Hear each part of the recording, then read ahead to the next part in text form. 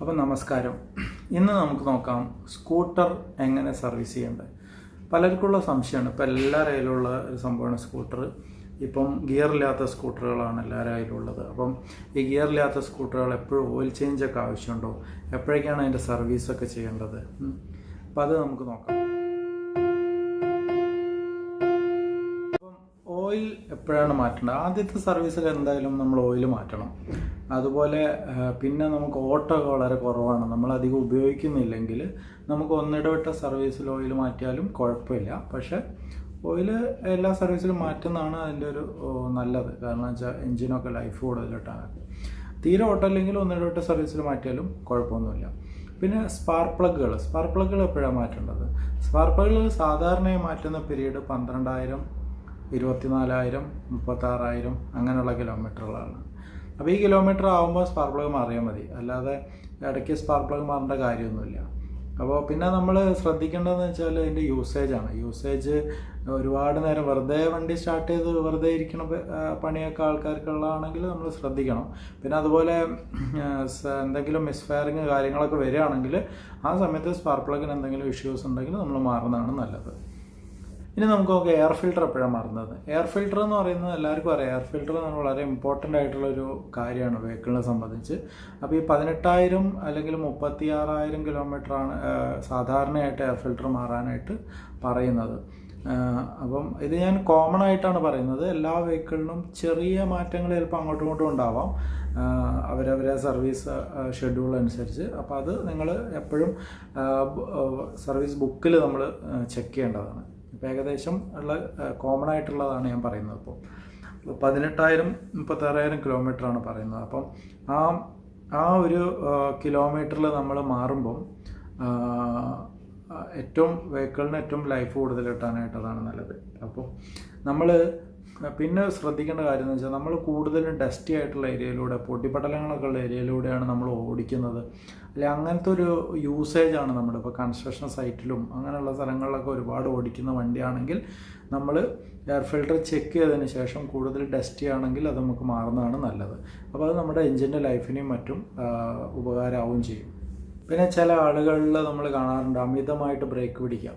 അപ്പോൾ ഈ അമിതമായിട്ട് ബ്രേക്ക് പിടിക്കുന്ന ഒരു സ്വഭാവം ഉണ്ടെങ്കിൽ നമ്മൾ ബ്രേക്ക് ഷൂസൊക്കെ പോകാനുള്ള ചാൻസ് ഉണ്ട്. ബ്രേക്ക് ഷൂ മാറേണ്ടി വരും, ക്ലച്ച് ബെൽറ്റൊക്കെ മാറേണ്ടി വരും. അപ്പം അങ്ങനെ അമിതമായി ബ്രേക്ക് ഒക്കെ ഉപയോഗിക്കുന്ന ആൾക്കാർ ഉണ്ടെങ്കിൽ ബ്രേക്ക് ഷൂസൊക്കെ ഇടയ്ക്ക് ചെക്ക് ചെയ്യണം. ചെക്ക് ചെയ്ത് മാറാറായിട്ടുണ്ടെങ്കിൽ അത് മാറണം. അല്ല നോർമൽ യൂസ് ആണെങ്കിൽ കുഴപ്പമൊന്നുമില്ല, അതിന് കുറേ കാലം കഴിഞ്ഞിട്ട് മാറിയാൽ മതിയാവും. അപ്പോൾ അതൊക്കെയാണ് പ്രധാനപ്പെട്ട മെയിൻ്റനൻസ് പരമായുള്ള കാര്യങ്ങൾ. പിന്നെ പ്രധാനപ്പെട്ട ഒരു പോയിൻ്റാണ് കോൺസെപ്റ്റ് കംപ്ലൈൻ്റ് ആവുന്നത്. അപ്പോൾ ഈ കോൺസെപ്റ്റ് എങ്ങനെയാണ് കംപ്ലൈൻ്റ് ആവുക? അപ്പോൾ ഈ ഹാൻഡിലുമായിട്ട് ബന്ധപ്പെട്ടാണ് ഈ കോൺസെപ്റ്റ്. അപ്പോൾ ഈ കോൺസെപ്റ്റ് എന്ന് പറയുന്നത് നമ്മൾ വണ്ടി ഓടിക്കുമ്പോൾ നമ്മൾ തിരിക്കാതെ തന്നെ ഒരു സൈഡിലേക്ക് ടേൺ ചെയ്ത് പോവുകയാണെങ്കിൽ അത് കോൺസെപ്റ്റിൻ്റെ കംപ്ലൈൻറ്റ് കൊണ്ടായിരിക്കും മിക്കവാറും വരുന്നത്. അതുപോലെ ടയറിന് എന്തെങ്കിലും പ്രശ്നം ഉണ്ടെങ്കിലും അത് വരാം. അപ്പോൾ നമ്മൾ ഇനിഷ്യലായിട്ട് ടയറാണ് ചെക്ക് ചെയ്യേണ്ടത്. ടയർ പ്രഷർ, പിന്നെ ടയറിൻ്റെ തേയ്മാനമൊക്കെ നമ്മൾ ചെക്ക് ചെയ്യണം. അപ്പോൾ ഒരു സൈഡിലേക്ക് ഒരു വെട്ടലുണ്ടാവാൻ ചാൻസ് ഉണ്ട്, അല്ലെങ്കിൽ ഈ കോൺസെപ്റ്റിൻ്റെ കംപ്ലൈൻ്റ് ആയിരിക്കും. അപ്പം പിന്നെ അതുപോലെ നമ്മളൊരു ചെറിയ ഗട്ടറിലൊക്കെ കയറിയിട്ട് നമ്മൾ ബ്രേക്ക് പിടിക്കുമ്പോൾ ഒരു കിടുക്ക് എന്ന് പറഞ്ഞ ഒരു ഇടുപ്പൊക്കെ ഉണ്ടാകുന്നത് ഈ കോൺസെപ്റ്റിൻ്റെ തകരാറായിരിക്കും. അപ്പോൾ അങ്ങനെ വരുന്ന തകരാറ് തോന്നുകയാണെങ്കിൽ നമ്മൾ ഇമ്മീഡിയറ്റ് ആയിട്ട് അത് വർക്ക്ഷോപ്പിൽ കൊണ്ടുപോയി ചെക്ക് ചെയ്തത് മാറ്റേണ്ടതാണ്. അല്ലെങ്കിൽ അത് മറ്റ് പല കാര്യങ്ങളെയും, ടയറിന് നല്ല ടയറാണ് ടയർ തേയ്മാനം വരാനും പിന്നെ ഔട്ട് ഓഫ് കൺട്രോൾ ആവാനും ഒക്കെ ഉള്ള സാധ്യത ഉള്ളതുകൊണ്ട് നമ്മൾ ആ ഒരു കാര്യം നമ്മളെപ്പോഴും സ്കൂട്ടറുകൾ ഓടിക്കുമ്പോൾ ശ്രദ്ധിക്കേണ്ട ഒരു കാര്യമാണ്. പിന്നെ അതുപോലെ തന്നെ മെയിനായിട്ട് പറയാനുള്ളൊരു കാര്യമാണ്, നമ്മൾ വാഹനം എന്ന് പറയുന്നത് മെയിൻ്റനൻസ് ഇല്ലാതെ നമ്മൾ ഓടിക്കാൻ പാടില്ല. അപ്പോൾ നമ്മൾ പ്രോപ്പറായിട്ടുള്ള സമയത്ത് മെയിൻ്റനൻസ് ചെയ്യണം. ഓയിൽസ് അതുപോലെയുള്ള ബാക്കിയുള്ള മാറേണ്ട എല്ലാ കാര്യങ്ങളും നമ്മൾ മാറണം. പിന്നെ ടയർ ഇടയ്ക്കിടയ്ക്ക് നമ്മൾ ചെക്ക് ചെയ്യണം. ടയറിൻ്റെ കണ്ടീഷൻ എന്താ, ടയർ പ്രഷർ ഒരു 2 വീക്സിലെങ്കിലും നമ്മൾ ടയർ പ്രഷർ ഒന്ന് ചെക്ക് ചെയ്യണം, നല്ലതാണ്. അപ്പം ടയറിൻ്റെ കണ്ടീഷൻസ് അതുപോലുള്ള കാര്യങ്ങളൊക്കെ നമ്മൾ ചെക്ക് ചെയ്യുക. അതുപോലെ നമ്മൾ ഇടയ്ക്കൊക്കെ ഓയിലൊക്കെ ലീക്കുകളോ കാര്യങ്ങളോ എന്തോ ഉണ്ടെങ്കിൽ അടിയിൽ പാർക്ക് ചെയ്യുന്ന സ്ഥലത്തൊക്കെ വണ്ടി വീട്ടിലൊക്കെ നിർത്തിയിടുമ്പോൾ അതിൻ്റെ അടിയിൽ തന്നെ ലീക്കോ കാര്യങ്ങളൊക്കെ ഡ്രോപ്പായിട്ടൊക്കെ കിടക്കേണ്ടത് നമ്മൾ എപ്പോഴും ഇമ്മീഡിയറ്റ് ആയിട്ട് വർക്ക്ഷോപ്പ് കൊണ്ടുപോയി ചെക്ക് ചെയ്യണം. അപ്പോൾ അതുപോലുള്ള മെയിൻ്റനൻസ് വളരെ പ്രാധാന്യമുള്ളൊരു കാര്യമാണ്. അതുപോലെ നമ്മൾ വണ്ടി ഓടിക്കുമ്പോൾ തന്നെ നമ്മൾ മാക്സിമം എന്താ പറയുക, ഇപ്പം വളരെ മോശമുള്ള റോഡുകളൊക്കെ യൂസ് ചെയ്യാതിരിക്കുക. നമുക്കറിയാമല്ലോ ഇപ്പോൾ ഓക്കെ ഓടിക്കുന്നതുകൊണ്ട് കുഴപ്പമില്ല, ഒരുപാട് ഗട്ടർ റോഡുകളിലൂടെ ഓടിക്കുമ്പോൾ ഒക്കെ നമ്മൾ മെയിൻ്റനൻസ് പെട്ടെന്ന് കൂടുതൽ വരാനുള്ള സാധ്യത ഉണ്ട്.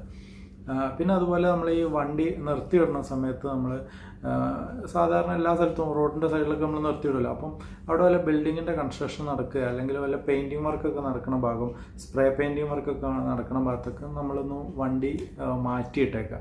അപ്പം അങ്ങനെയുള്ള സ്ഥലങ്ങളിലൊക്കെ ഇടുമ്പോൾ അത് നമ്മുടെ ബോഡിയിലെ പെയിൻറ്റിൽ സ്പ്രേ ആവാനുള്ള സാധ്യത, പിന്നെ ഈ കൺസ്ട്രക്ഷൻ വർക്കൊക്കെ നടക്കുമ്പോൾ അവിടെ നിന്നുള്ള സിമെൻറ്റും ഇതൊക്കെ വന്ന് ബോഡിയും പെയിൻറ്റും ഒക്കെ കംപ്ലൈൻ്റ് ആവാനുള്ള സാധ്യതയൊക്കെ ഉണ്ട്. അപ്പോൾ അങ്ങനെയുള്ള ഇത് നമ്മൾ അവോയ്ഡ് ചെയ്യാൻ ശ്രമിക്കുക. അപ്പോൾ ഇങ്ങനെയുള്ള കുറച്ച് ചെറിയ ടിപ്സാണ് വാഹനങ്ങൾ, ബൈക്ക്, ശരിക്കും സ്കൂട്ടറുകൾ നമ്മൾ ഓടിക്കുമ്പോൾ ശ്രദ്ധിക്കേണ്ട ചെറിയ ടിപ്സാണ് എന്ന് പറഞ്ഞേക്കുന്നത്. അപ്പോൾ ഇതെല്ലാവർക്കും ഉപകാരപ്പെട്ടെന്ന് വിചാരിക്കുന്നു. നന്ദി, നമസ്കാരം.